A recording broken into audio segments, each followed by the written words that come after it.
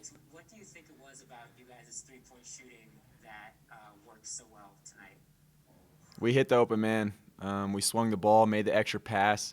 This is a very unselfish team, and I mean, like we were just going over the stats. I think we had 10 guys who hit threes tonight, and that's a big deal for us. We stress shooting open, catch and shoot threes all the time, making the extra pass, being unselfish with the ball, and we were happy that it played out that way tonight. Alex, what's it like to play with so much depth? Just guys coming in and being able to contribute so much to this team. It was fun. It's a lot of energy. Everyone's ready to come in, and I think we were all kind of sick of two-a-days. We wanted to play in an actual game. But, I mean, these guys are ready to go. We have a lot of talent, like you said. There's a lot of young guys that are still trying to learn our system, learn our defensive schemes. But the energy that these guys bring in and day out is just unbelievable. It's fun to play with. All right, a question for Mitch Harper, Sean Walker, and then Matt Biamonte. Yeah, Alex, could this year's team maybe be a better shooting squad than last year's team? I think so, no doubt in my mind. But last year's team, I mean, we were a great three-point shooting team, but I think this year's team has it in them. We stress shooting wide open, catch and shoot threes every single day in and day out, working with all of our coaches on our staff. We practice first 20 to 25 minutes of practice, just getting up as many threes as we can. So I think we do have the potential to get there.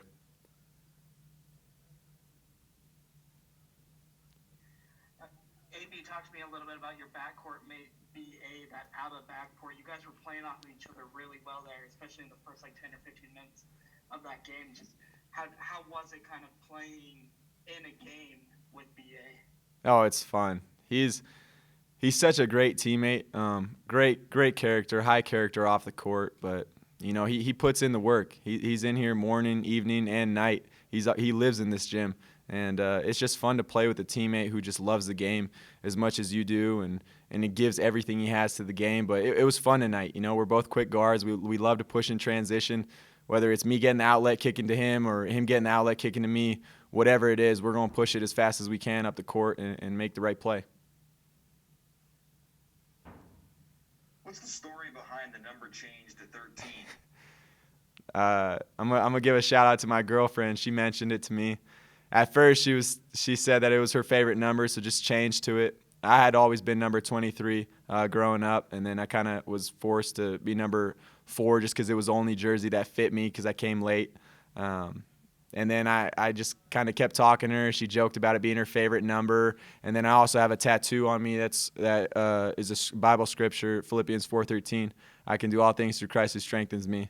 And it kind of fit, I wasn't supposed to have number 4. I didn't choose that, but it just by chance. And then I was like, you know what? It might as well. Like it works. It flows together. So that's the story. All right, we have a question from Bridger Beal and then Mitch Harper. Alex, all of your teammates really performed super well. Did you have a teammate in particular that you were surprised or really impressed with their performance tonight? I said out there, BA, but that's no surprise to me. I mean, just how hard he works and how he was mature enough to play with 4 fouls. He got a couple quick fouls in the first half. I think he came out with 2, and then 2 or 3 fouls, and then got his 4th late in the second. But just being able to play through that, I mean, it just shows he's a veteran.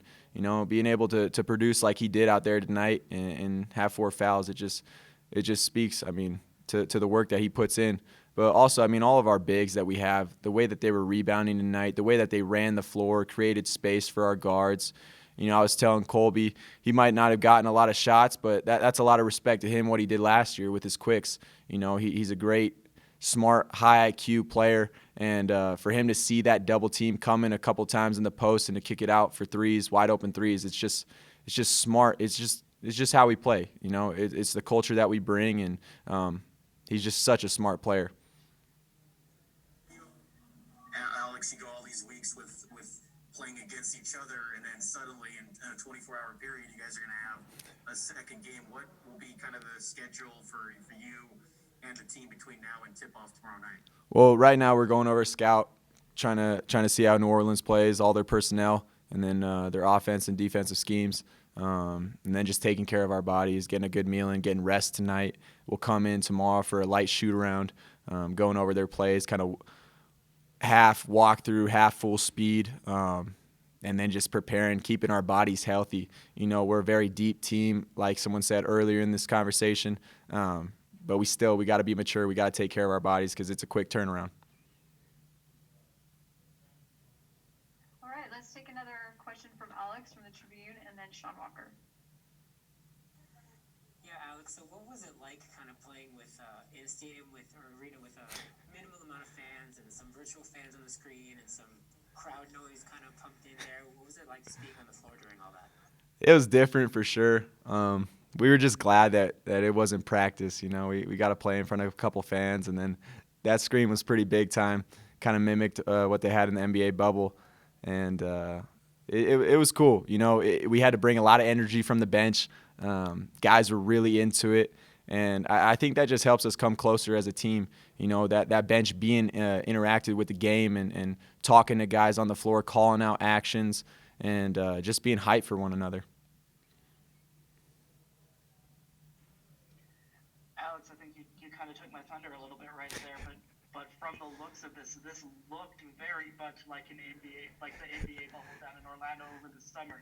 But is it kind of cool being able to play in that kind of an atmosphere? I mean, it's obviously not playing in front of 10,000, 15,000 fans in this place, but is it kind of cool in its own right? It is kind of cool. Definitely not like playing in front of Rock Nation and our fans that we have. I mean, the best fans in the country, but it is definitely cool. I know, most schools don't probably have that across the country right now, and so it's a huge blessing for us.